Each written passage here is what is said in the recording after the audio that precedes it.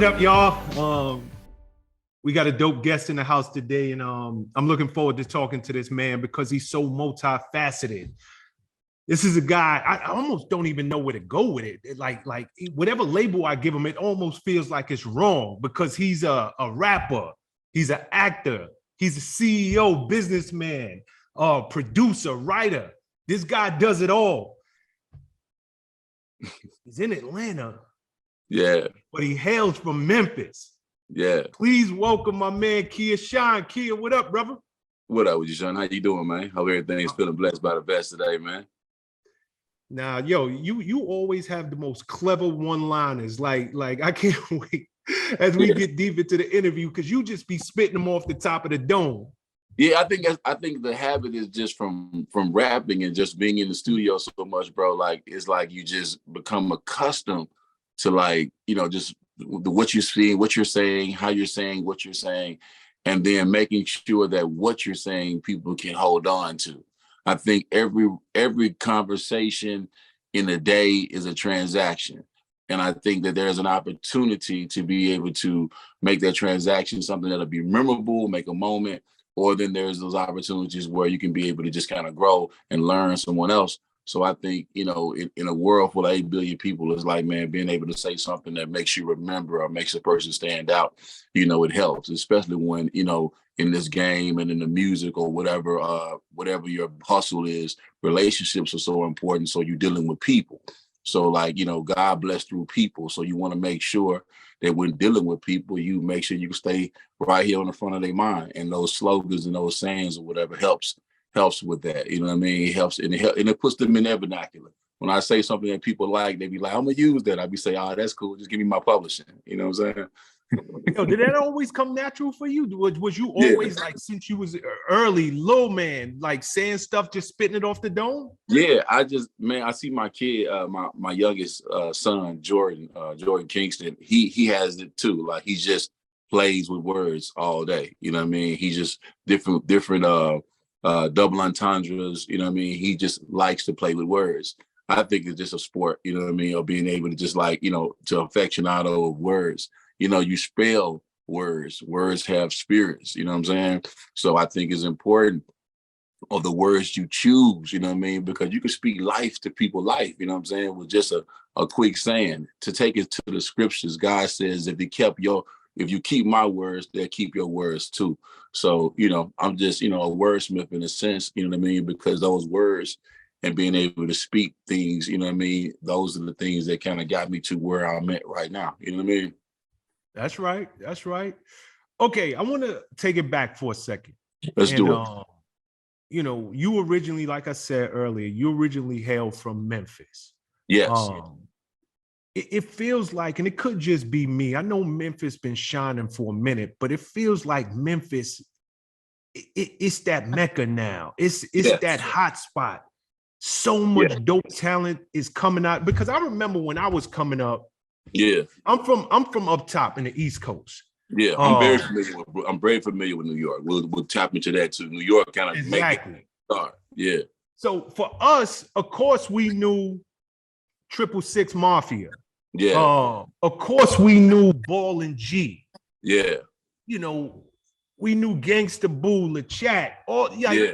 But it ain't like it was them and kind of just them.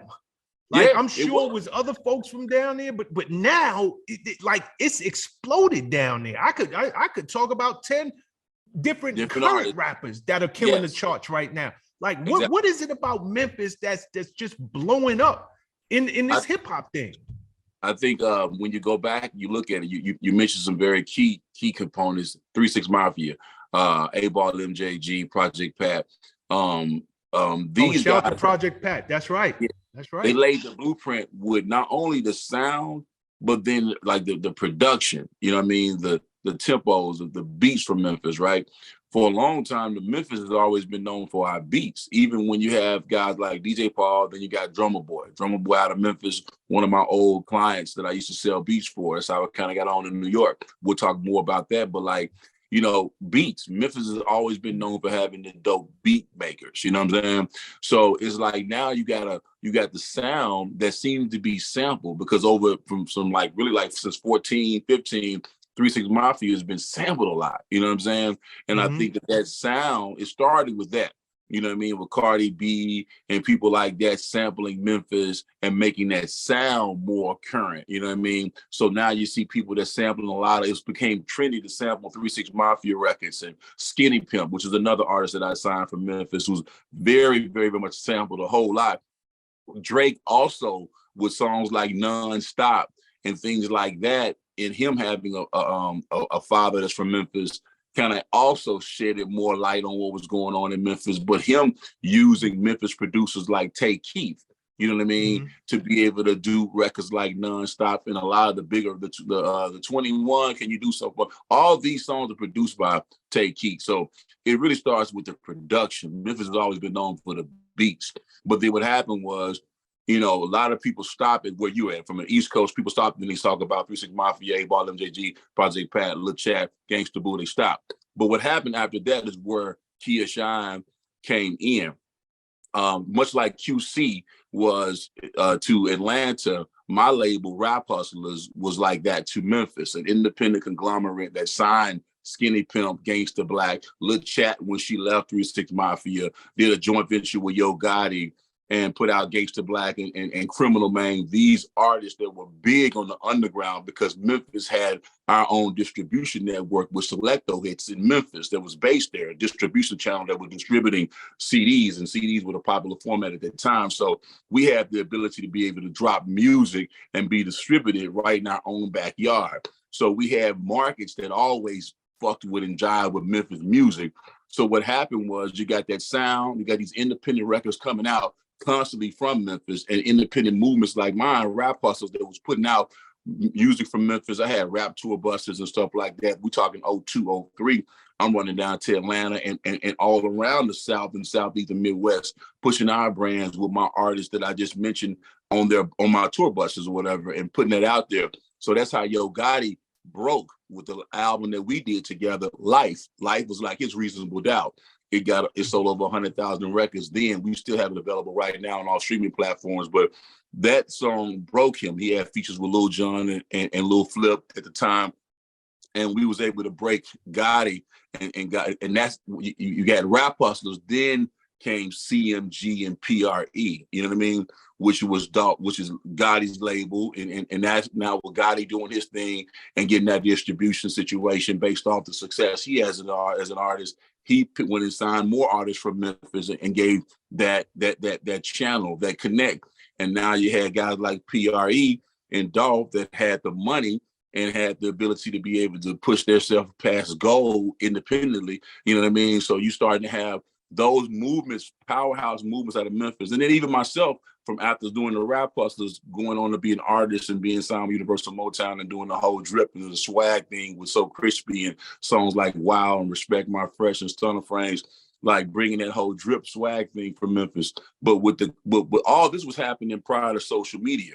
Now you get social media involved, that just perpetuates everything that's going on, in the town. Whereas before, when you mentioned the premier groups like OGs, like 3 6 Mafia, and Ball MJG, they were big on selling music, but they wasn't online. You know what I mean? It wasn't we didn't receive the benefits of being able to be, just, you have a hit today, it's gonna be spread out much faster than it would. Absolutely. When we were coming up, in that region. So for a long time, we were kind of slept on in the nation, but not slept on by our musical peers or by the consumers with the sound. But when you enter the internet and you enter social media, and then you get these guys from Memphis who've been putting in work for 20 plus years, it's come to this culmination period now to where it's like our producers are on top right now. You got Hit Kid, who just did the GloRilla and the Shabuya record. You got big producers in Memphis doing their thing. You got big artists from Memphis, full-on labels with PRE and CMG, Key Glocks going platinum, GloRilla's going platinum, Money Bass going platinum. It's just, it's just a lot of talent now. And when you got that much money starting to flow in Memphis, the trickle down effect is what happens. So now you catch a lot of other people, like my homegirl, AR Mermaid. She just signed a female out of Memphis. I produced 3-4 records on a new album. She just signed to Kevin Lyles last month, you know, at 300. Okay. Like, it's the trickle down effect of GloRilla popping is bringing more people to sign more artists from Memphis. You know, it's just that trickle down effect. When you have something that's successful, like Gotti was successful with the Down in the DM record and those things. So what he did was just open up, even if these people don't per se sign every artist from Memphis, it just opens up the industry. You know, like I do, when something's starting to be a success, everybody wants to be cookie cutter. They want to go sign the thing that is working, you know, go to the market that has that sound. So right now, just to answer the question, the sound of music right now is Memphis, you know what I mean? And then the artists from Memphis have a platform now. We've got deals in place, you know what I mean? So now, you know, you're gonna be getting a lot more. Finesse 2 Times comes out of here. You know, he was buzzing, you know, back 14, 15, but now he comes out of jail and immediately is out of here. Well, how can that happen? Because his predecessors, Yo Gotti and Moneybagg Yo, have platforms now.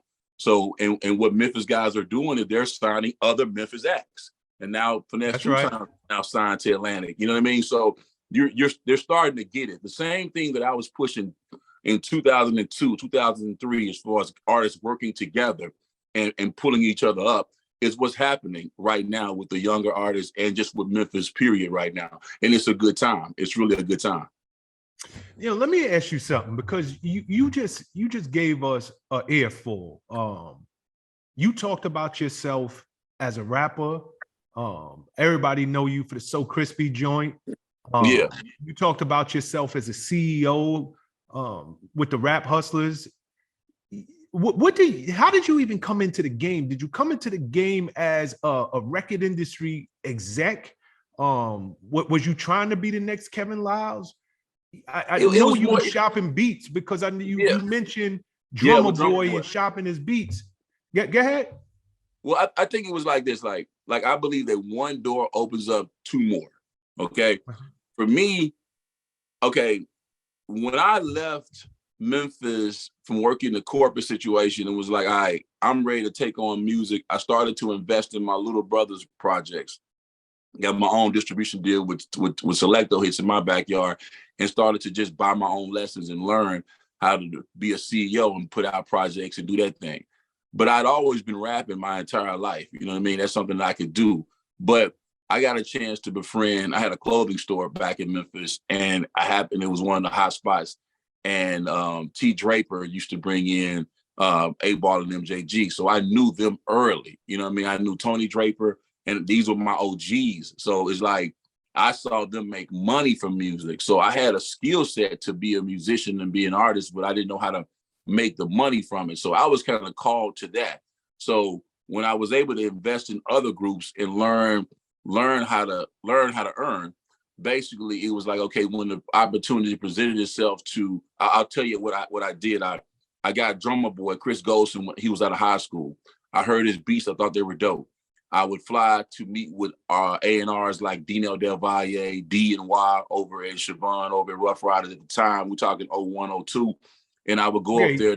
For people who are not familiar with those names, Dino Del Valle, this is a brother who wasn't he was responsible for that Cash Money deal, correct?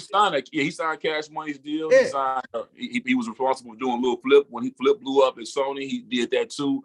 But long time friend. I just ruled Dino the other day. But like, yo, tell him I said what up too.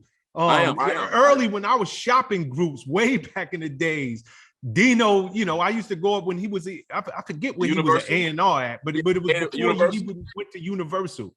He was at Payday, I think. Payday, you know what I'm saying? There you go. Yeah, at Payday. So like, I end up selling beats is what I ended up doing for Drummer Boy. I went up there and started selling beats. When I didn't even really know that was a hustle. I just get my beats for free. But when I played a beat to Dino, when I was trying to get him to sign my group, he didn't want to sign my group, but I knew Dino kind of felt me, so I was going to spit a freestyle.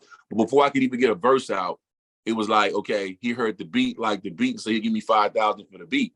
At that time, I saw a hustle right then. I said, okay, that's it. I'm finna go back to Memphis and get all the producers and sell beats.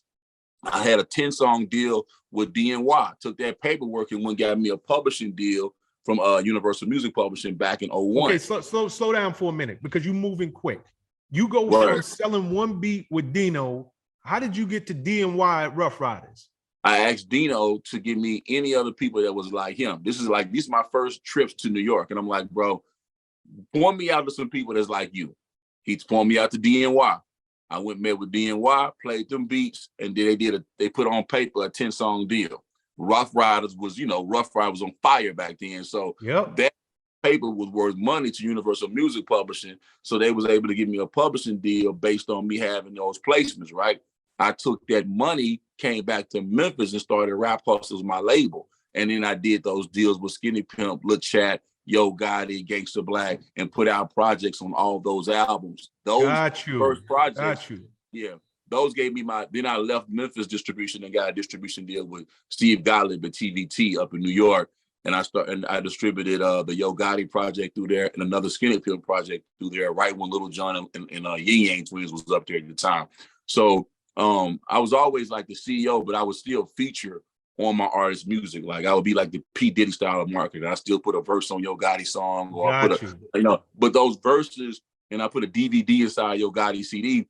And doing that, it marketed myself as this kind of do-it-all kind of guy, P. Diddy kind of marketing or whatever. And I was kind of doing that. People liked my verses and my songs that I did on these songs or whatever. So they started to kind of like want to get an album or music from me. So I would put out mixtapes while I still would be working my other artists' music. I knew how to break an artist, you know what I mean? So it's like when I had my own single, I was able to get it to a certain amount of spins. And then Sylvia Rohn ended up, signing me. I had a whole like bidding war on my own music. But I didn't put out my own music until I put out all those projects. So I had like a fan base of people that was already hip to me. And I learned so much from putting out Yo Gotti, putting out Lil Chad, putting out Skinny Pimp. So I knew how to break myself. And then by doing that, I was able to get my deal with Universal Motown and do the artist thing. So when you're hearing So Crispy and those songs like that, like, I'm already a full-on CEO, understanding all the business of music. So that deal just kind of put me in the situation so I can get more relationships. Once I got the relationships or whatever, I was able to just kind of keep my thing going independently and just service my base. I signed with Ghazi and did a distribution deal with him when he first started Empire back in 09, 08, 09. So it's like, these relationships, like I've been, just been doing that the whole time, like, servicing my base, putting out music, and then, just seeing what opportunity is in front of me right now. I think like what happens with a lot of music industry cats is that like they kind of get stuck in the same like rigmarole or the same rut. Like I understand when God was telling me he was trying to put money into another artist or producer artist, okay, I'm gonna play that role. But then when it was time for him to say, okay, me be the artist and go get a deal, okay, I went and did that. But then when it's time to like write or produce for other artists, I always, that's how I started. So it's like I feel like anything is sell and none won't. So I feel like if I'm meeting with you, just like when I met with Dino, I'm playing Dino my songs. He didn't like none of the songs for my group that I had at the time. So I'm gonna start playing beats. If you don't like the beats, I'm gonna start rapping. It's anything a sell and none won't. So I gotta have something to sell you. You see what I'm saying? And I feel like that's the game. So for me, it's always been about, okay, recognizing in myself when one season of something is over and when the next season is starting. Sometimes people want to hold on to certain seasons. If my phone didn't ring for a Kia Shine show or verse or something for me to do as far as kinfolk, my family and my bill's still coming in. So I can't, I got to use my networks to increase my network. So having those relationships and putting myself in that helped me keep getting money because I knew somebody in every market. I can go throw shows. You know what I mean? I know all the artists. I can sell beats. I can go put together publishing deals because I've been doing publishing deals since 01. So it's nothing about the publishing thing I don't know. So, I was able to just all facets of the music business. My phone rings for everything. So it's like, I don't believe in boxes and labels and all that. I just feel like, you just got to keep doing what you're doing and then and keep moving forward. And I think then opportunities present themselves to you. And if you're prepared for it, you can be able to take advantage of whatever that scenario is. So that's pretty much what my hustle has been. You know, it's funny. I think about like even the Drake, this plaque right here, the best I ever had plaque. Okay, for the Drake joint, I was able to get that record because even when hold on, because you going into so many areas, and I really want to dig a little deeper into your story. Let's go deeper. Okay, so you said you signed artists like Lil Chat, Skinny Pimp, Yo Gotti. You had them for the first album. Is this? And you also mentioned TVT. Yeah. Were you distributed at that time through TVT? Yes, I had a distribution deal where I was getting 75% of the profits and they were getting 25%. Like I didn't do any advanced deals or anything like that. I had I pulled up the TVT and Steve Gottlieb in my tour bus with my artists on the side of it, rapped, and I'm like, look, I already had my songs popping in Memphis and down south. So it was like, he's like, man, it's beautiful. Let's do a distribution deal. So I started distributing my music through TVT. But it wasn't the best scenario because, see, when I was putting records out through Selecto Hits, I could press up 30,000 units and go take them to Selecto Hits, which is distributed in my backyard in Memphis. Yep. And would sell these records up front, and they would hold back 10% returns, and I would really see my money on music. You know what I'm saying? Like I really would sell 30,000 records, you know what I mean? And at $6 a record, you know what I mean? Minus 10% for returns, and I would get that check. So I should have kept doing that, but I wanted to go national, and TVT was one of the only labels that was fucking with them, and Universal that was really fucking with Southern artists. You know what I'm saying? So Southern, yep. So I went to they understood it and they got it. So and they had Lil Jon and Yin Yang Twins at the time. So I was like, yeah, this would be a good place to be able to put out some of these records or what have you. It was a good decision, but it ended up being one of my worst decisions because Steve Gottlieb is not one of the best. It wasn't a good scenario, man. It was, you don't need to say. Go ask Lil Jon. Go ask Yin Yang. Exactly. It just wasn't. They can tell you about him. They play real games. They play real games, and I end up. I mean, but ultimately, it cost him his label. TVT is no more. It's no more. Exactly. So he trying to stick you up on the front end, and it killed because he had platinum selling artists. Yes. He had artists. To this day, Lil Jon is still relevant. Yin Yang Twins, a classic artist. He should have kept that ball going. Yeah, and he had like 9 Inch Nails and other alternative groups that were really good too. You know what I mean? And so it's just like he just did bad business, and that bad business kind of caused me and Gotti to kind of separate. And then Gotti, I want to ask you about Gotti, and that's why I said I wanted to go back. Let's take it slow for a second. How did you and Gotti connect? Is this somebody you grew up with? Did you just know him from the Memphis rap scene? And how did you even get him to sign to your label to get distributed by TVT? Basically, we had Skinny Pimp first, and I had this hit record that was playing in Memphis called TVs that I did for Skinny Pimp, featured A-Ball, and I put Yo Gotti on the song. Gotti was popping in North Memphis. He wasn't on the radio yet, but he had a club banger called After I Fucked Your Bitch. So what I did was I was on the thing like, look, we should just all come together. So we did a joint venture, him and I, and we put out to do 2 projects or what have you. And we did a mixtape together, we did a DVD together, and then we did the album Life. And we put that out. I mean, I had a buzz though. There was just a huge buzz in Memphis behind this song that I produced and I did the hook on. And it was called TV. So basically it was like, okay, I have a new label. I'm on the hook of this record. I produced it, and it's like, and I got this fire going on. He's a young artist that's popping in the North with a club hit. So we linked up from right there, and we put together what a lot of people think is one of his best albums to date. You know what I mean? Life, and we was able to put that out and put a DVD inside of it. 30 minutes was about him. 30 minutes was about what I was doing, my kinfolk movement, and that CD really just popped it off. And it did numbers because the TVT had good distribution, but they just didn't do good.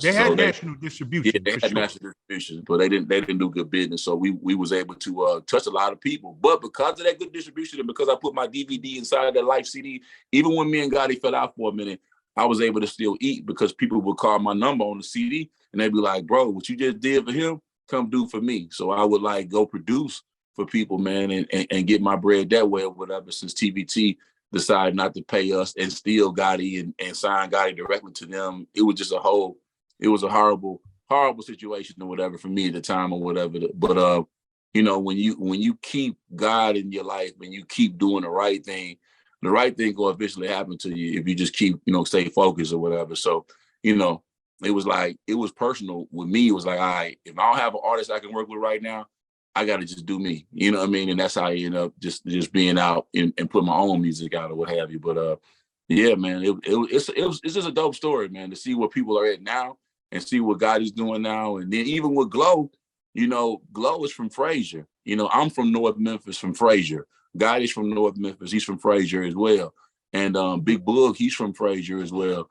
And it's like, so that's why it was just kind of a full circle moment for me to have a song that I produced on GloRilla's new album that's out right now called Get That Money. Like, I produced that one. And it's crazy to be able to just kind of see it all come full circle, you know what I mean? And then us being all from the same place, you know what I mean? Yeah, I mean, again, you gave us an earful, and I want to zone in on something because somebody needs to hear and understand this. Like, all that glitters ain't gold, but there's a lesson in everything. It is. You were blessed. You took, which from the surface, it was a great deal. I probably would have made the same deal. Like, yo, I don't need your advance. I don't need the upfront money. Mm-hmm. Give me a bigger portion of the back end. That's very similar to the deal that Cash Money signed. Yeah, that's why. Yes. So I know you had to be influenced by that deal. And then to me, to know Dino is, you know, to know the real ins and outs of that deal. That's why I was like, yeah, for sure. Give me straight distribution. I want to come through. I got the city on lock. I'm about to do my thing. And it just wasn't in the cards for me to be able to keep doing it with TVT. But you know, so did you ever get any royalty? And first and foremost, how many records did you sell under that deal? And number two, did you ever get any royalties? Nothing. We sold 200,000 records through that deal. Skinny Pimp did like 70,000, and that guy did like over 100,000, and we didn't get no royalties. Hold on, slow down. You sold 200,000 records under that deal, and you never got one royalty check? Not one. Okay, so even before you turned in, I mean, I get it. Your first project is Skinny Pimp. Before you turned in Gotti's joint, you wasn't like, yo, where my money from Skinny Pimp at? We was back to back. We was like, we did Skinny, and then we did right behind it, we did Yo. You know what I'm saying? Like, bam, bam. Like, you know what I mean? So that we felt like, okay, after 9 months and it's time to pay, it's like, I have a double up coming. You know what I mean? So, you know, when me getting 75% of profits, I thought it was going to be gravy. Now, me being young, me putting everything all I had into the Gotti thing, and then there were things that took place in Memphis, like my business partner. He ended up, you know, when TVT was playing with the money, he tried to make a move with the business money, ended up getting jammed up. So I lost like 150,000 one day, and then TVT didn't pay me. You know what I'm saying? So I'm like, damn, I'm on my ass. But the music is naturally distributed and getting out there or whatever and shit. But I'm battling with Steve Gottlieb, and he know that we just took an L in Memphis on some dope shit. So it was like, it just ended up like, you know, he just ended up signing Gotti directly, and then Gotti was going through some street shit too. So what was your fallout with Gotti? Did Gotti look at it like, yo, you not paying me? I think what it was more like, it was like, okay, we fell out over something very petty. I think, you know what I mean? It was like the DVD being the side of his CD.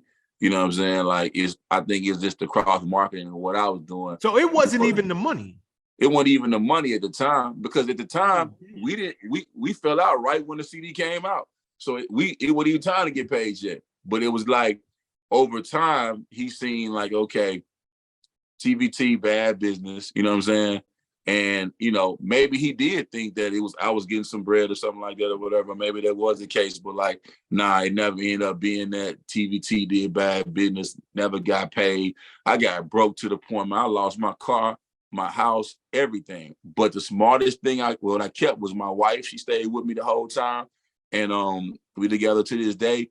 And like I said, that DVD that I put inside that CD, that saved me because people saw what my worth was, and they saw, and you can still stream it to this day. It's just a Kinfolks DVD that's inside of the Yo Gotti joint. It's online now. I think people post it online now, so you can see it. But it's like those joints saved me. The young nigga was calling me like, "Come do my album, bro. I got 5,000 for you." I'm on the car in my wife's car at the time, pulling up to him to get that bread and get back on my feet. And then LaChat, she had left 3 6 Mafia and came to me to put out an album, even though I was on my ass.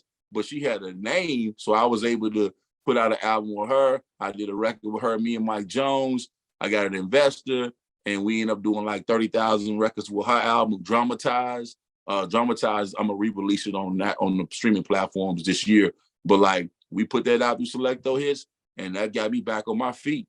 After that, I was like, man, I gotta put out my own shit. You know what I'm saying? But battled with TVT for years over that shit, bro, and still couldn't get no money out of it, and just throwing money towards it or whatever, bro. So ultimately, when they folded, I was able to get the rights to the Life album. So I got that, you know what I mean? And, so we, was able to keep putting that out, distributing that or whatever and stuff. But other than that, bro, it's like no royalties came from back then with all them physical projects that we sold through them or whatever. It was just a horror story. I was broke on my ass, but was able to get back up, you know what I mean, through that little chat album I put out. And then I put out my own solo shit and got my own deal and, and built it back up from there. Yeah, that's a dope story. And that's a story people need to hear because, again, all the glitters ain't gold. Sometimes people look, you riding around, you got your tour bus, you got the rap vans, you the CEO, you got a distribution deal with a label that's popping at that time. Like you said, they got alternative acts like 9 Inch Nails. They got Yin Yang. They got Lil Jon. From the outside, it looked like great. Shine is killing the game. Yes. Not understanding that, and there's two things I want to bring to light. Not understanding that what people see on the surface, they don't understand what's going on within. You wasn't getting paid. You trying to hold it all together. Yes. You trying to, Yes.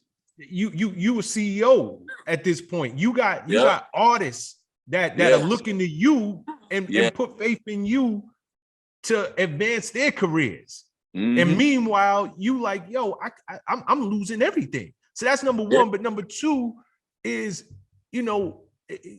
God is always going to do his part. And you keep mentioning something that I think that people need to really zone in on, where on the surface, it looked like everything was going against you, but you putting that DVD inside of Yo's album, that turned out to be the blessing that kept you and allowed you to get back on stable ground to build yourself back up.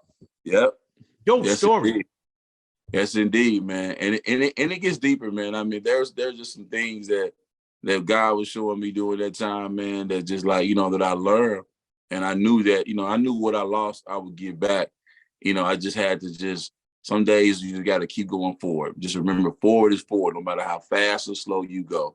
It's just baby steps. Some days it's baby steps, some days it's giant leaps, but you just keep moving forward. It's just these seasons. I believe in the season theory that like right now, the leaves on the trees, they bear, even if it's a fruit tree, it has to go through a season to where it gets bare. It has to be pruned only for it to have more fruit, richer fruit in the next season when it's time. But when it's bare, nobody's going to be picking from that tree because there's nothing there. But when the fruit come on that tree, everybody's going to be back in the tree trying to pick, you know what I'm saying? Because it got its fruit in the season. Somebody's always in a season and somebody's always going through a season where they bear. You just have to go through that process and just know that you're still a full-on fruit. You are still a fruit tree, you know what I mean? And you're going to have more fruit. You just got to just keep going through that process. Even when you look at those trees outside right now, they look dead, but they're not. They're going through their process right now, and those leaves going to come, and then that fruit's going to come. So you just have to make sure you stay, in that perspective, and don't let temporary scenarios make you make permanent decisions to take yourself out the game. Because everything, like you said in the beginning of this conversation, is a lesson or a blessing. You know what I'm saying? So you just got to go through the lesson sometimes but the blessing gonna come behind the lesson because you're gonna learn. And the only time it don't come, and you keep catching these lessons because you're not learning them, and you keep going into the same circles or whatever. You know what I mean? And that's just not that's not the move. So, you know, just trying to just in these scenarios and using them and learning from them. You know what I mean? I put all my eggs in one basket when I was doing the CEO thing and all that or whatever, and really kind of, you know, on the music. After those scenarios happened, like it never put myself in a scenario to where I was just kind of banking on this thing taking place. I got 5, 6 things going on at the same time.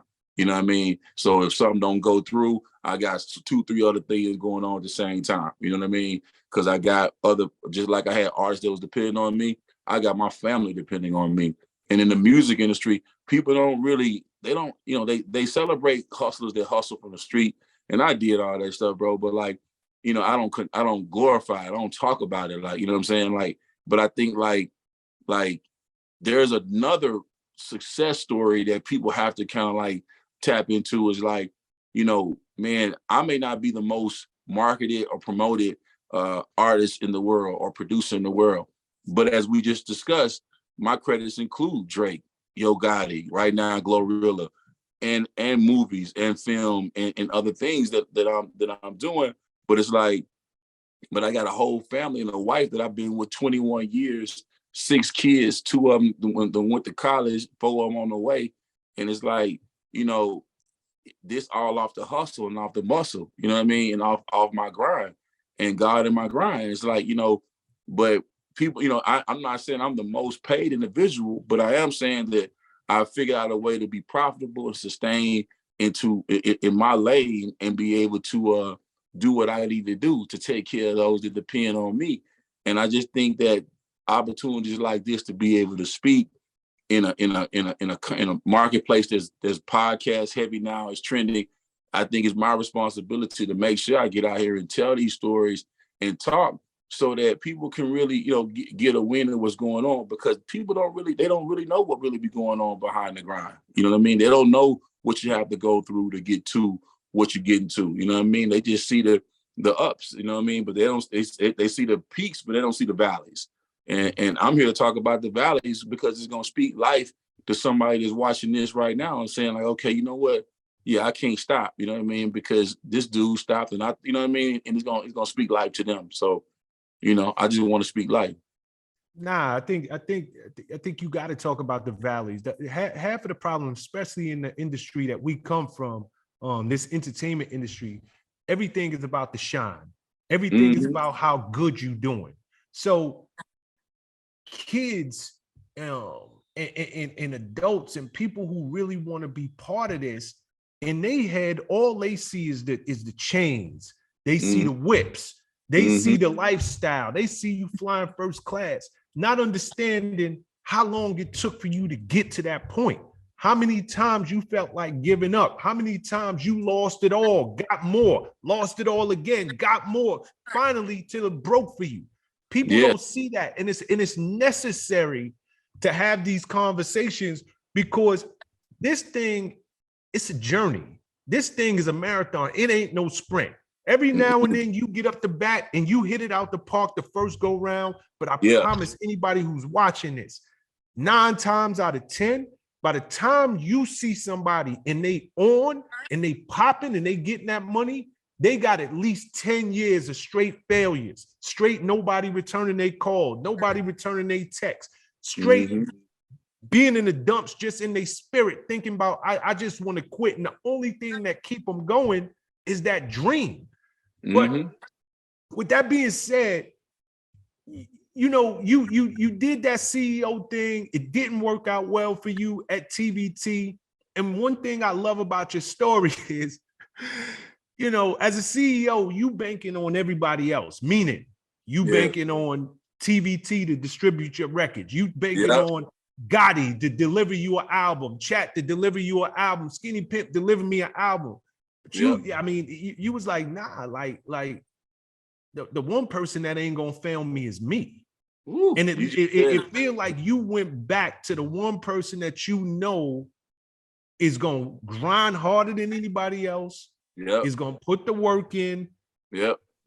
and then you turn into the artist and come out with that So Crispy. How'd that come about?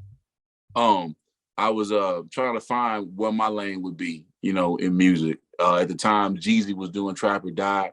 Of course, Gotti was doing the cocaine music and that vibe, and I wanted to do something that would make me stand out. So I decided to, like, you know, I had a clothing store back in the day. Being fresh and having clothes and talking about style and swag and all that or whatever, like, that was just always part of my vernacular anyway, like that drip. So for me, I saw a lane there. And that's just my first single that I did. My first solo song was called Respect My Fresh. And that Respect My Fresh song, it just started that whole drip wave, like that whole like swag wave that started coming out of that 06, 07 vibes. And that song, plus his other song, Stunner Frames, about wearing my sunglasses at night.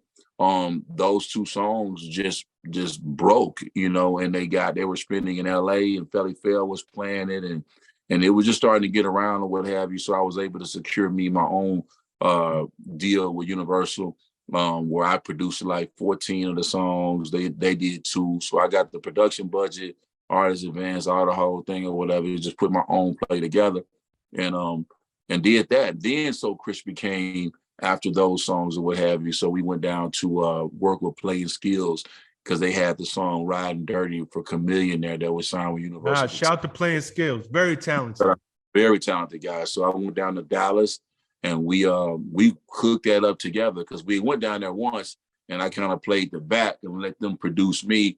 And we've turned the song into Sylvia on, and she was like, it's okay, but let's go back. When I went back, I was like, all right, guys, let me just turn y'all on to what I do. So it's like we co-produced the thing together, came out with So Crispy. We had the hook and the beat from scratch. I love making records where we make the beat from scratch. Even now, I like going to the studio, creating the beat, and then making the song, you know what I mean? Like all together. I think that's where when you produce that for an artist, is more like a production for them. And so we did that. And then when we saved So Crispy, we saved it faster than it was actually originally recorded. So when I got the CD from the studio, I was like, yo, this is faster than the playback, because we saved it in the wrong version of Pro Tools, I think it was at the time. Anyway, I liked how fast it sounded, you know what I'm saying? And that sped up version of it, when I got to Atlanta, I went to Jason Jeter's crib, and I was like, yo, Jason Jeter manages T.I. and just started Grand Hustle and all that. So I took the song to him. I said, here's the version I recorded. Then this is the mistake that happened. Here's the faster version. He was like, you gotta go with the faster version. And I was like, yeah, you're right. It was like that mistake ended up making that song have a sound that was dope. And I ended up turning that into Sylvia. And she was like, yeah, this is the one we're gonna roll with. So we smashed out the album, and just pretty much, the album was called Due Season, because one of my favorite scriptures in the Bible is, if you'll reap in due season, if you faint not, you know what I mean? So much like the season we were talking about earlier. So I put out an album that was kind of about my story and about just swag and drip and that whole thing. And it was like in talking about technology and tech game, and like how being ahead of the curve on tech, and how CDs were gonna play out and all that. A lot of things I was selling that genre was kind of ahead of its time. And it was so ahead of its time that I remember Vibe magazine rating the album. That was like, this dude's talking about swag music, like he's trying to start his own lane of music. We don't know what he's talking about, just drip. After that, Sean, everything that came out was swag. Like, you know what I'm saying?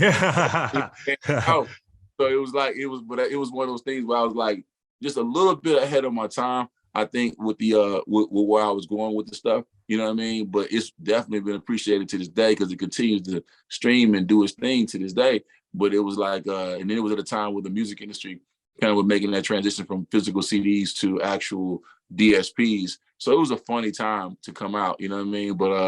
But yeah, it's still, the experience was dope, and I got a chance to, you know, really make more relationships that made my independent hustle even more harder or whatever. So it was dope. I really enjoyed the time being able to be like, you know, signed to a major label and then having that whole thing, because I got a chance to learn things that I didn't know prior to it. So, and once you get that experience, like, you can be smart, but if you don't have the experience with your smarts, you won't have wisdom. You know what I mean? Right. And for me, it's like I love wisdom. Wisdom looks better on you than anything you can put on, any jewelry, any watch, any necklace, any chain, any clothes. anything you can pull up in, wisdom looks better on you than any of that. So just getting that wisdom, in the Bible it says above all things, get wisdom. You know what I'm saying? So, I got the wisdom when I went through there, and I got the understanding of it. I got the relationships, and I immediately left Universal and went to Gotti Empire, and then and took my relationships that I already had and my independent know-how and my budgets that I had already with my own bread, and was able to keep my career flowing and going even after Universal or what have you. I just had to connect, so I was able to keep independently pushing myself with like songs like Checking My Fresh, mix. Those were like Jam of the Week songs, and then mixtapes. I put out heavy mixtapes. You know what I mean? Alarm Clock Theory. Those joints were like classics and whatever, and I put out those, and I was able to distribute those through Gotti, and I was able to just keep. What year did you sign with Gotti over Empire? I signed with Gotti in 08. I signed with Universal in 07. Yeah. Okay, so answer me this, because I know around 08, 09, and I need you to clarify this for me, because you touched on this earlier. Drake, Best I Ever Had. Mm-hmm. It's a lot of confusion around that record. Yeah. Are you because to my knowledge, you're a co-writer or co-producer on the record. Yes. You got something like nominated for 4 BMI awards in a Grammy nomination. I got the BMI. But Drake said that Drake disputed it. Like, what is the confusion around your participation in Best I Ever Had? Basically, man, it's another one of those things where it's like the industry, music industry is a tough place, man, and it'll make a man out of you. Basically, when in 08, after I signed with Gotti, Wayne was at Hot Beat Studios. My guy Russ owned Hot Beats. He said, "Yo, Wayne up here." I bought a verse from Wayne back in 2002 for a Skinny Pimp album that I put out through TVT. So I've been knowing Wayne up since then. So Wayne in the studio, I'm like, yeah. And this is after So Crispy. So I'm like, yeah. And I've been rocking with Wayne, since So Crispy. He was on Universal too. So, I definitely been rocking with him. So he in the studio in Atlanta. I go to the studio, give him some beats and some hooks on a CD. You know what I mean? And so he gets it. He decides to make one of the songs. He put it on the Leak mixtape. It was called Do It For The Boy. Do It For The Boy went like, we could do it real big, bigger than you ever done. I be up on everything. Other niggas never on it. So just do it for the boy. Do it for the boy. So that was the song that I sent to Wayne with the hook and the beat. Wayne, and then it was like, when I send beats, it's like the hook beat, and then it's like, then just the beat by itself, just in case you decide not to go with the hook I put on there. Maybe you want to do your own thing. Here's the beat by itself. You get inspiration. Wayne does it, makes the record. Drake samples the record, makes Best I Ever Had. Wayne comes out with it on his mixtapes. I'm Not Tripping 08, this 08, 09, this the mixtape Wheezy. I'm glad he put my joint on the mixtape because it's just getting heard, and there's a production from me, and Wayne is on fire. This is the Millie Wayne. So I'm not tripping on Wayne not paying me for the beat because it's on the mixtape. It's just a good look for me on my beat side of things of what I'm doing. But when Drake takes the song and makes a Best I Ever Had, and it becomes a #1 song, okay, now I've got to make sure I collect what's mine. You know what I mean? Because that song wasn't that Wayne did it. He's sampling from, not, maybe he's showing love to Wayne, but not knowing that song was created by not more than just Wayne. It was me and Wayne on the original song. So basically I already had my business together. I already had the song that I did with Wayne registered with Universal Music Publishing because I had my publishing deal through them already. And then when the Drake record came out, hell, my A&R was like, bro, this song sounds just like your song. So then I had another DJ, Absolute, in New York. He hit me and was like, bro, because originally I was going to sell the beat to that mixtape song Wayne did. I was going to sell that beat to Jaheim. Absolute was trying to put that deal together with Daryl Jones to sell this particular beat to Jaheim, so he was going to make a percentage. Absolute hit me and says, bro, why did you sell the beat to Drake? I said, bro, who is Drake? He was like, well, he got the beat in the song. I'm like, how did he get the beat in the song? What are you talking about? He sends me the joint. I send the song, my original song that I did with Wayne, and I send the Drake song to Universal Music Publishing. They said, yo, this is definitely your record. We sent it to a musicologist. You're going to get 25% of this record. So they already made sure that my credits were on because Drake was signed with Universal as well through the Republic system. So they made sure that all my credits were on the song, make sure the BMI stuff was set up and all that. So I made no announcements. I just got my credits. When I go pick up this particular award, this one, the BMI award, when I go get that one, World Star is there. And they say, yo, Kia Shine, what are you doing winning the Drake Best I Ever Had award? I said, I got it because I got a co-write on this song. A co-write credit on this song. Shit goes viral. You know what I mean? Goes viral. It's a trending topic on Twitter and all that shit is going crazy. First time I went viral. And it's like, yo, you know, outside for something other than music. You know what I mean? This is like, you know, going viral was a new thing because you think it's 2009. This is when social media come in. Correct. Like, okay, Correct. I'm going viral here with this stuff. And then Drake comes out and says that I'm lying. You know what I mean? And I'm like, okay, well, I was winning the plaque. I was there receiving a plaque for the award, for the song. So there's no way I'm lying about it. I'm actually receiving a plaque. You know what I mean? So it's not about that. And it was like, so I remember I went on Shade 45 and I was like, nah, I don't know why Drake would say I was lying because I was there winning a plaque for the thing. And you can look. Was he there? Was he there that night? He wasn't there, but Big John and those guys were there. And you can see my name on the credit on the album. My name is Nakia Coleman, so it's Ian Coleman. Okay, that was my next question to you. If we went and looked at the credits on the album right now. Yeah, you're going to see Ian Coleman. You're going to see Ian Coleman. Even when Nicki Minaj reused it and put Best I Ever Had remix on her Queen print that she put out or whatever, I think last year, the tape she put out or whatever, she put the Best I Ever Had remix on it. Beam Me Up, Scotty, I think it was what it was called. Beam Me Up, Scotty was a mixtape she put out last year.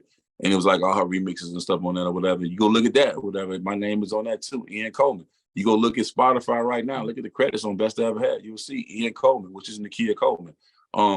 So yeah, it's a fact. I mean, what's behind me are the plaques and some of the awards that I got for Best I Ever Had. You know what I'm saying? So it was like never a lie, but the internet is written in pen, not pencil. And when someone says something, they don't take time to be able to fact check. You know, Drake is Drake, so nobody's going to fact check and see what he's saying. If he say he's lying, people that love him are going to believe that this dude's lying. But when you go do your own research and you go look at Spotify right now and look at the credits of Best I Ever Had, you will see Ian Coleman right there, Nakia Coleman. So, you know, it's just one of those things where I had to just, okay, if the whole industry can hate me, I thug my way through. I don't care if you don't agree with me. I'm a man. And if that thing is owned by me and that's my intellectual property and I got to make sure I protect my own, then I'm going to make sure I do that. I'm not going to let nobody take nothing from me. And at the end of the day, if I would have done so and not made waves, well, when 2020, when COVID hit and everybody felt the pinch of what was going on financially or whatever, and artists wasn't doing no shows, there were no venues or anything or whatever, you know what artists had to be able to sell? Their publishing.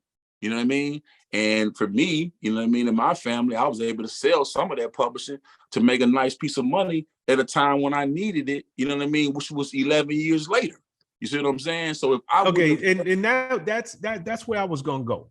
We know TVT did bad business with you. Yeah. But you actually have writer's credit. Yes. Got BMI awards, yes. Nominated for a Grammy. Yes. Did you receive royalty checks from Best I Ever Had? Yes. Oh yeah. No, yeah, everything was fine with that. I made my move before the first royalty check was even cut from BMI. You know, if you know business, you know that when you come out with a song, you're not gonna receive your first royalty from BMI until 9 months later. You know what I'm saying? Yep. So all my business was squared away with the Best I Ever Had prior to it even being the first check cut with BMI. So as soon as the first check cut got BMI, yeah, I saw my royalties immediately. And I still see royalties from it. So to this day, you still eating off it? Yes. Yes, gotcha. Indeed. And you was able to sell a piece of it and get a nice chunk of change over COVID? Yes. Immediately, yes. Okay. Immediately, yes. And I used that to get myself off of Universal Music Publishing's publishing deal too. Because that I sold the piece of it to Universal, so I can get off of them and get a bag. You know what I'm saying? So now all my publishing is mine. I own everything else, and I still eat from that record too. You know what I mean? So and in 2020 when I needed it, you know what I'm saying? So Yeah, man. It was like that's why, I don't care about what if right is right. The truth gonna be the truth today, tomorrow, and forever. So I didn't really care about what was being said or what people thought. I cared about my bottom line and my family. I wake up with my kids and my family every day. So that's who I gotta please. You know what I'm saying? So, if somebody, a musician don't like me for me standing on business and doing, I know when someone says you write for them, that's a kind of a chink in the armor because they think that you're actually in the physical studio writing for them. But in the case of real business, when you sample someone's music, they're gonna get a writer credit on that particular song. That is just music business 101. And I that's what it was. And he just was uninformed. You know what I mean? And I saw him since then, and we are cool to this day. But it's You not you like, saw Drake since then? yeah, I saw Drake, and I went to a Grammy party in 2010. We were nominated, so I was out there. I went to a event with a friend of mine, that who my ex business partner who got locked up back in the day, and so he was living in L.A. and we go to this spot you need to come to in L.A. on Sunday nights. So we go to this spot. I didn't know this spot was the official spot for Drake's after party for the Grammy nomination. So here I am, Sean, in this club when me and this man have been going back and forth. You know what I mean? Shoot about this particular song, and now it's Grammy night, and I'm here in the same club where this man is at. So I walk into the room. I come into the club, and first person I see is Wayne. Wayne. Now, before I see Wayne, Drake see me. He's pointing at me with his partners or whatever and stuff. So And I hold tell on. Drake, because it's people who write on albums, it's not like you and Drake sat in the studio and nah, made that record. Drake exactly. physically knew who you were? Yeah, Drake knew who I was. Yes. You know Okay, what I'm go saying? ahead. Because even prior to this, to the thing happening, Tessington, which is Wayne's manager, Yep. manages Drake. So when I had bought that verse from Wayne back in the day, Tez was there. You see what I'm saying? So these people been knowing, like, you in Memphis. You know what I mean? This right here is the key to the city of Memphis right here. That's what this is. You know what I mean? So it's like, if you come and doing business in Memphis, you come on, I'm gonna know you. You know what I mean? And Drake got family out there. You know what I mean? I got hit records that still play in Memphis to this day. So you're not gonna come to Memphis and not know who I am. But at the end of the day, so I'm back to the club story. So I'm in the club, he's pointing at me, you know what I mean? And with the dudes. And I'm like, yo, this dude Drake, he pointed at me or whatever, right? And then my partner look up, and there's two people with us. They look up, they're like, damn, he dude is pointing. Then we see Wayne. I see a security dude trying to come over to me based on Drake pointing, but the guy's walking over. But then Wayne sticks his hand out and like, what up, my boy? So me and Wayne chop it up right there. The security guy is confused at this point because he's like, I'm hugging Wayne. You know what I'm saying? Hold on. I don't know what. Hold on one second. What happened here? Hold on one second.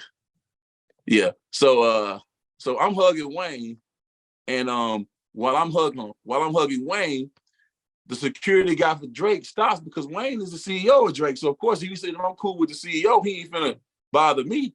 But so I walk around the club and I grab. I didn't know what was gonna be going on. So it was somebody's table. I don't know who they was. So I just grabbed a bottle from somebody's table, just grab it so I can have something on me. You know what I mean? I go sit with my back to the bar, you know what I'm saying? So I'm like, I can see what's coming towards me or whatever, right? Dude comes to me and said, what's up, blood? I said, bro, I don't bang. Like, you know what I'm saying? And he was like, oh, you don't bang? I said, no, I don't bang, bro. You know what I mean? He walk off. Then Drummer Boy is there. Drummer Boy comes to me and says, yo, Sean, Drake want to holler at you. I'm like, all right, cool, all good. Bam. We getting ready to walk out the club. Drake's to the right. And his partners around him and all that or whatever. And niggas a little rah-rah going on. And my boys in front of me and everybody kind of talking back and forth. Mac Main said, man, them boys need to talk together, man. Y'all doing too much. So then me and Drake have a conversation. I'm 6'4". So a lot of times that can be intimidating to people. You know what I'm saying? Like, cause if I'm like, people don't know how tall I am for some reason. I don't know why, but it's like, so I go talk to Drake. I'm in his ear and I'm like, yo, bro, look, man, I don't know where the confusion is at, But I'm like, these dudes around you, man, these dudes will kill you. You know what I'm saying? Like, honestly. And I'm like, bro, you may have the ups on me today out here, but your last name is Graham, and you have Grahams in Memphis. You know what I mean? And if it go wrong in here, it gonna be repercussions back home. You know what I'm saying? Like, for real. Like, so let's just talk and be men. You know what I mean? Now, I ain't saying I wrote your song, but I'm saying you sampled my music, so I get a co-write of your song. You know what I mean? That is the co-write credit. I'm not taking anything from you. You know what I'm saying? So, we talked about it. He was like, man, the music all I got. I'm like, well, the music is all I got too. So here we are at a stalemate, but I'm not gonna let anybody take something of mine. What I look like telling my kids, man, yeah, that song that you listen to, daddy came up with that vibe, man. Hey, daddy, and I ain't got nothing to be able to show for it. No, I can't be able to do that. So it wasn't about being liked. It's about being respected. And you're gonna have to respect me. You know what I'm saying? Like, and respect my business. And that's all it is to it. And it was no problem after that. You know what I'm saying? It ain't been no problem since that conversation. You know what I'm saying? Like, so how did y'all leave it off? He just was like, yo, all right, no, it is what it is. I mean, at this time Drake is blowing, so it don't matter. Yeah. So he was just like, bro, it was chill. And then I was like, I had to kind of like, it was kind of an OG call. Like, you know what I mean? I'm like, sometimes, this is like a little bit before my beard was all full out. You know what I'm saying? I'm like, bro, I just look like this, bro. But I'm this how old I am, bro. Like, and I've been at this, bro. So this ain't no, like, you know what I mean? I'm not trying to take nothing from you, bro. We need to get up and do something the real way. You know what I'm saying? Like, and it was just, she was positive and it ended positive, and that's what it was. But would I have liked Drake to come out and say, yeah, man, that was my misunderstanding, man, with Shine, bro. Like, man, like, yeah, nah, real nigga. You know what I mean? I would love for him to come out and say that. But, nigga ain't never come back and readdress that. But I got the plaques and the money for it or whatever, so it ain't really about trying to prove. That's all that matters. No, that's all that matters. Yeah, yep. That's okay, got to ask you, because you mentioned this a couple of times in the interview. What's your relationship with GloRilla? I know both of y'all from the same town. Yeah. But did you produce something on her album? Like, how y'all two get together? Her manager, man, super cool cat, bro. M-Town Entertainment, man. He I love what they was doing. Loves Glow's energy. And when I found out she was from Frazier, I just picked the phone up and was like, look, I need to produce something for her. When y'all gonna be in Atlanta? Because I work out of Tree Sound Studios in Atlanta. It's been around 30 years out here. Great top-notch spot to work at. So I'm out there cutting and doing my music, you know what I mean? Producing daily with my team. I got Fertile Ground Music. It's a whole production team. It's like 4 of us, and we just go crazy. And so basically, I had her come out of the studio right when FNF was starting to blow. She was in Atlanta. She came through, and man, I had our playlist ready for her, and I just hit her with that heat, and it ended up being the song "Get That Money" on her Anyway Life's Great project. I produced it. So if you look up "Get That Money" on that project or whatever, man, yeah, I'm on that thing. It's a banger. You know what I mean? It's definitely a banger on there. So yeah, linked with her. She is from Frazier, from my neighborhood, and yeah, it was just a full circle moment to be able to get in there and work with her. I just stopped by and hollered at her when she was in Atlanta for the tour. She was in town on the 28th of last month or whatever, and I got a chance to come through there, and I brought some new production for her new album she's working on right now or whatever. So yeah, it's definitely just keep working, like, you know what I mean? The same thing I've been doing, placing beats. Now I just produce now, you know what I mean? But it's like, yeah, placing beats and giving music to artists or whatever. Like, I always will do that. You know what I mean? I always will like produce for people because I love being in the studio and creating. You know what I mean? I love that part of it. I don't necessarily love the music industry, you know what I mean, of the like how people are as far as, because I'm un-industry. I'm just totally un-industry. I'm positive, you know what I mean? And I'm just not on any of the beat or the bullshit. So it's like a lot of times, like, when certain energies are going on around, I don't be around. Like, you know what I mean? Plus, people die. You know what I mean? Rappers die, and for me, I'm very aware of my energy and my surroundings and all that. So I don't go give it out a lot. I go to the studio and do the work behind the scenes. You know what I mean? We were talking about COVID and about publishing in 2020. Man, Bandplay, who produces all the stuff for PRE, their number one producer, I got him his publishing deal at a Sony. I got my guy who did Snow on the Bluff, you know what I mean?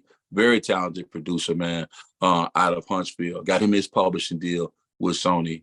Juicy Fruit, who does the P Valley intro, got her publishing deal with Sony. One of the bigger deals that I was able to close was Frank Ski's.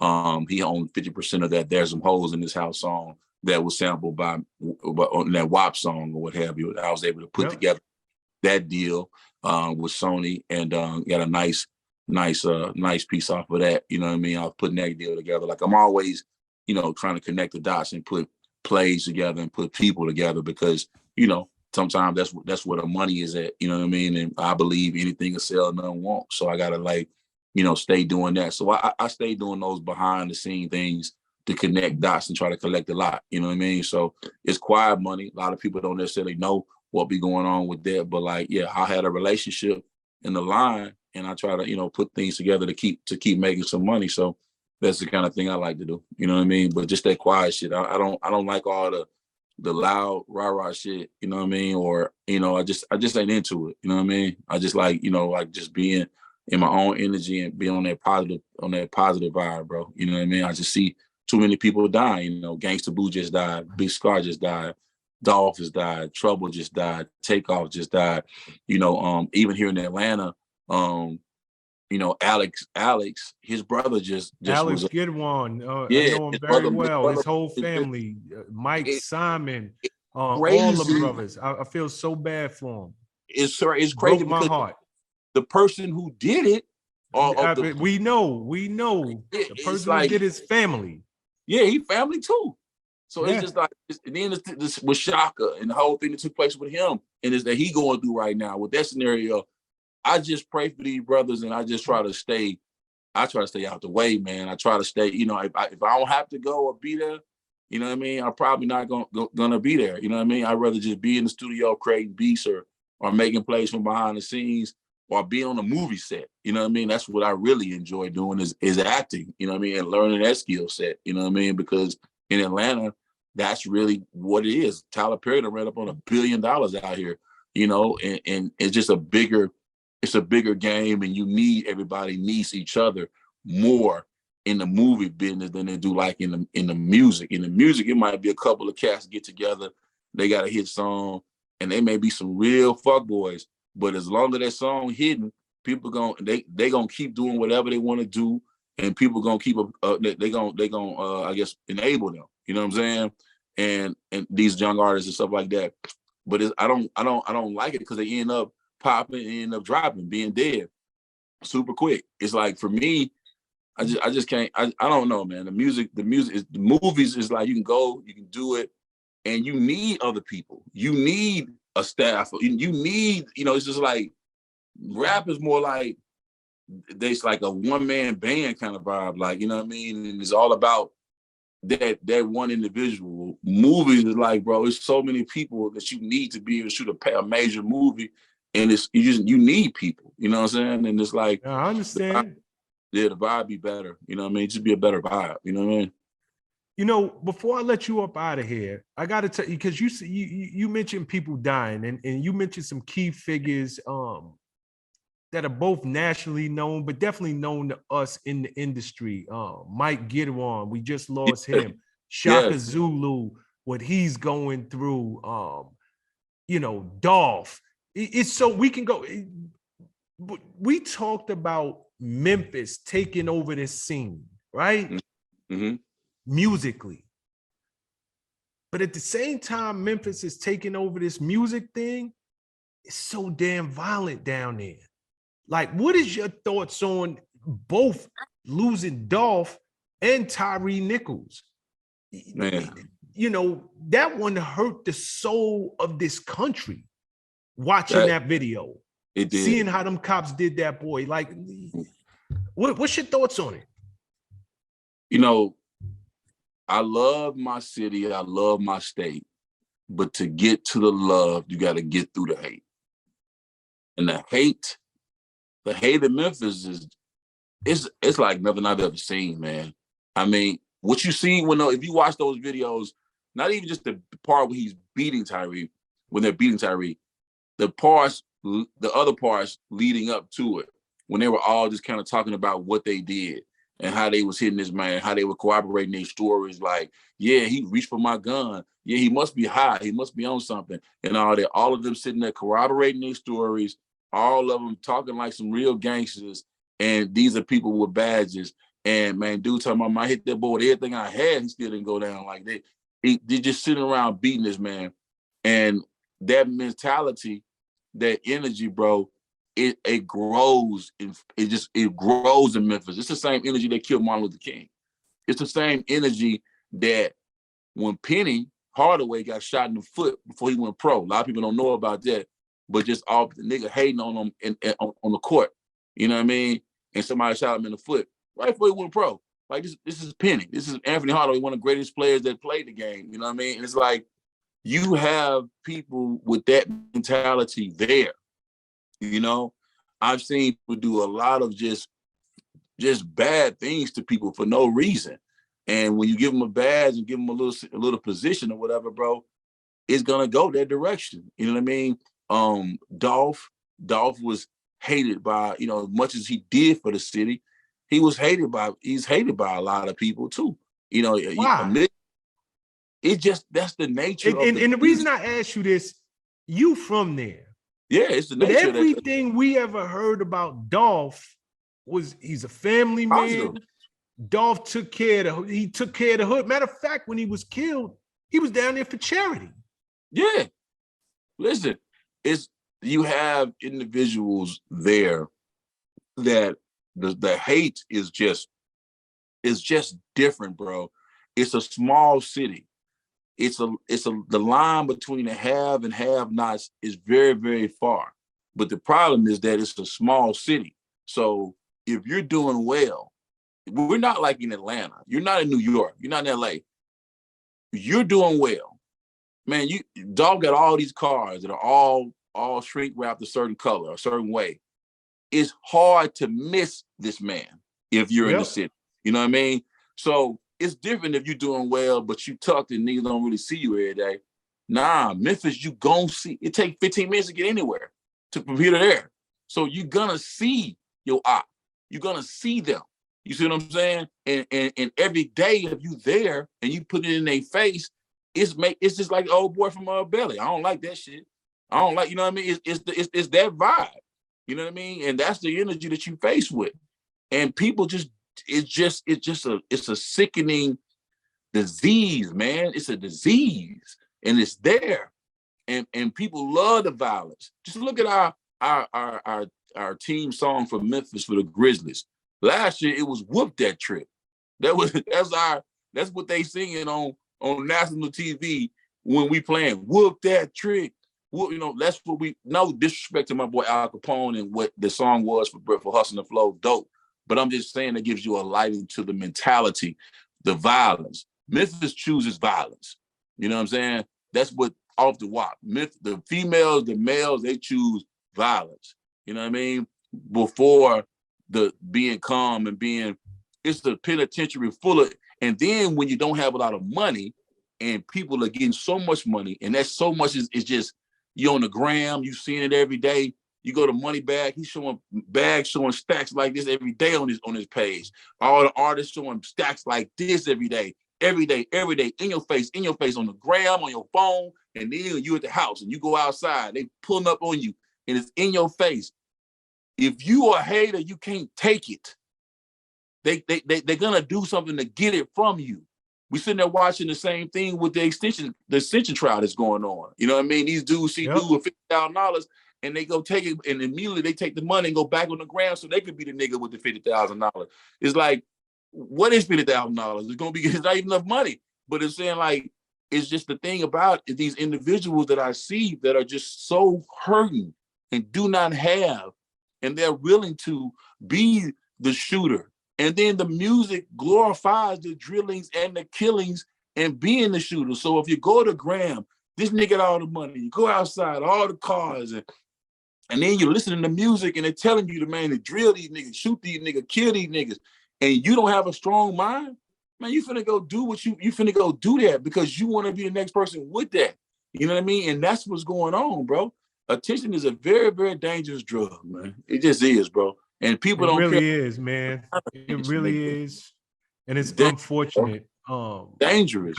Truth of the matter is we are in a position where hip hop itself, it's the number one selling, the number one streamed, the number one genre of music on planet Earth right now. Yes, we decide what's cool.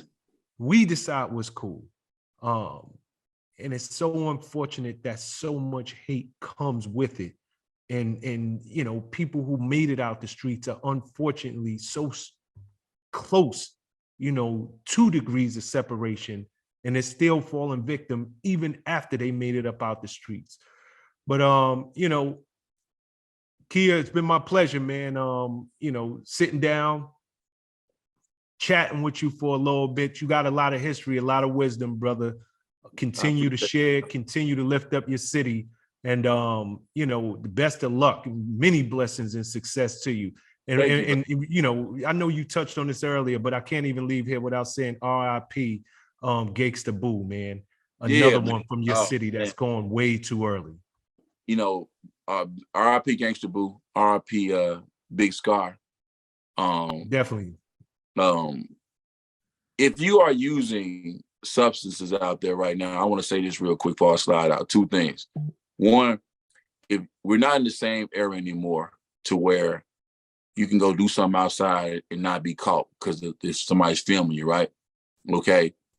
You're also not in the same era where you could be taking recreational pharmaceutical drugs right now. That era is past. You can't go just pop you some Molly or pop you some whatever, a pill, or you know, you ate the fake perk because you knew it wasn't real because you was a gremlin. You could die that way. You know what I mean? Right. You gotta recognize that, man, we in a different era, and the morals of the street game is not the same. You know what I mean? People care about the money. Your life is cheap right now. Okay. Also, too, man, I just want to say that I got 2 movies coming out this year. One is called They Clone Tyrone with Jamie Foxx, Kiefer Sutherland, John Boyega. Comes out on Netflix on July 21st. So save the date because I'm in that thing and that's coming. And there's another one with Dwayne Johnson called Red One that you'll be seeing me in with The Rock. It's a Christmas horror movie that's coming up. And the last thing is there's a movie called Half Baked 2, the sequel that's coming out, and I'm in that thing too. So make sure y'all, you know what I mean, check me out on the acting side of things as well. You know what I mean? Absolutely, my brother. Peace and love to you. We definitely gonna check those out. Thank you, man. I appreciate your time, Sean. Keep doing what you're doing, bro. Likewise, brother. All right, blessings. What's up, guys? Thanks for sticking with me to the end of the video. Truly appreciate you.